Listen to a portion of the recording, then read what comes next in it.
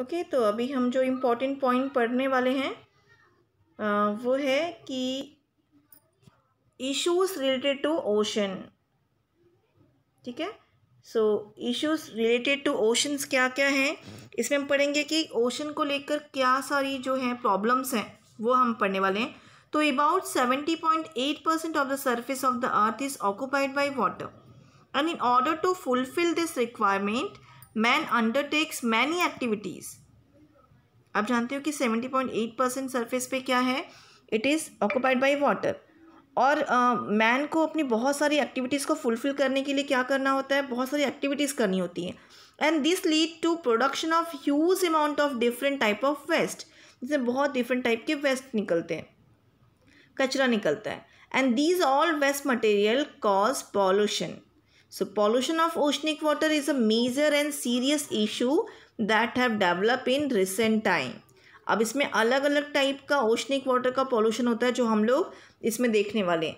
जैसे कि आपको देखो वीडियो में दिखाई पड़ रहा है कि कैसे कितना सारे वेस्ट आइटम्स जो हैं वो कोस्टल एरियाज़ में आसपास डाला हुआ है और उसकी वजह से जो सी वाटर है वो भी एकदम पॉल्यूटेड हो जा रहा है। फिर यहाँ देखो ऑयल स्पिल्स क्या होता है वो भी आपको समझाऊंगी मैं।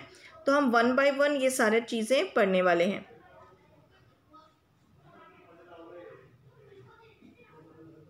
अब यहाँ देखो ये आपको पिक्चर में दिखाई पड़ रहा है, material throw out from ships. जो देखो शिप्स वगैरह चलती हैं तो उसमें से भी क्या होता है, वो लोग कचरा वगैरह जो हैं वो क्या करते हैं, फेंक देते हैं। तो वो कचरा वगैरह जो है मिडल ऑफ द ओशन। अब इसके पहले तो मैं आपको बताया कि जो सारा वेस्टेज हम निकाल रहे हैं वो हम कोस्टल एरिया के आसपास डाल रहे हैं सी वाटर में, लेकिन मिडल ऑफ द सी भी जो शिप्स वगैरह जाती हैं वो क्या करती हैं, थ्रो करती हैं मटेरियल्स, वेस्ट मटेरियल, वो भी उसकी वजह से भी सी वाटर पॉल्यूट होता है। फिर देखो एक्सप्लॉयटेटिव फिशिंग। तो ये एक्सप्लॉयटेटिव फिशिंग किसे कहते हैं, ओवर फिशिंग को कहते हैं। फिशिंग करना इज़ अ मेन ऑक्यूपेशन, हमने लास्ट लेक्चर में पढ़ा है। लेकिन ओवर फिशिंग से क्या होता है, जो बायो बैलेंस्ड है वो बिगड़ जाता है। अगर सी में से पूरी फिश गायब हो जाएंगी तो एक जो बैलेंस है वो इक्को बैलेंस ख़त्म हो जाएगा। So exploitative fishing is also a major problem issue, major issue है। देन देखो cutting of mangrove forest in coastal areas. अभी आपने पढ़ा मैंग्रोव फॉरेस्ट का कितना इंपॉर्टेंस है, मैंग्रोव फॉरेस्ट कैसे जो है वो कोस्टल एरिया को सेव करके रखते हैं। बट मैंग्रोव फॉरेस्ट को बहुत ज़्यादा मात्रा में वो उनकी वुड्स के लिए, लकड़ियों के लिए काटा जा रहा है। फिर देखो disaster caused by the water mines. अभी disaster caused by the water mines, यहाँ देखो ये भी एक बहुत बड़ा रीज़न है, एक बहुत बड़ा इशू है। ये जो अलग अलग तरह से वाटर माइंस की वजह से जो डिज़ास्टर्स आते हैं वो भी बहुत बड़े इशूज़ हैं। उसके लिए कहीं ना कहीं मैन रिस्पॉन्सिबल है। आप देखो मैंग्रोव ट्रीज़ को हम कट कर रहे हैं जो कोस्टल एरिया को सेव करते हैं, उसकी वजह से क्या कर रहा है, जो कोस्टल एरियाज है वो सेफ नहीं रह गई हैं।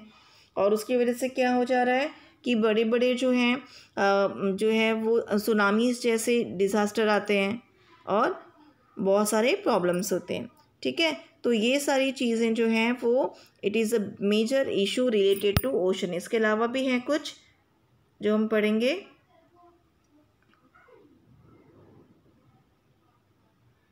लाइक ये देखो Suez released by industries and cities. जो बड़ी बड़ी इंडस्ट्रीज़ वगैरह होती हैं वहाँ से देखो कितनी ज़्यादा मात्रा में कचरा जो है वो पूरा वेस्ट मटेरियल, जो भी गंदी नाली के कचरे हैं या जो हम वेस्ट घर में यूज़ करते हैं वो भी बाई जो है पाइप्स नालियों के द्वारा जो है वो लास्ट में कहाँ पे जाता है, उसको भी नालियों से होते हुए वो सारा जो है वो सी वाटर में जा रहा है।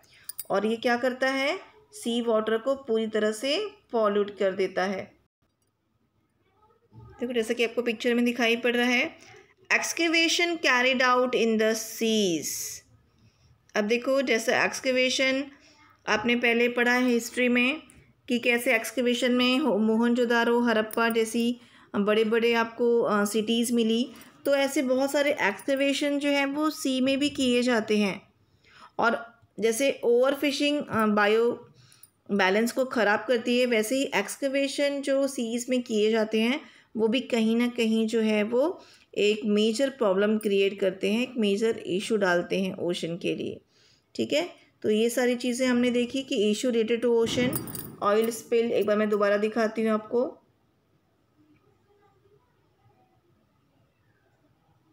ये देखो फर्स्ट वन हमने देखा releasing of waste product in the coastal cities in the seas, हमने देखा oil spills, then we sees की कैसे material throw out from ships, कैसे जो शिप्स वगैरह में से कचरा फेंका जाता है, एक्सप्लॉयटेटिव फिशिंग, ओवर फिशिंग।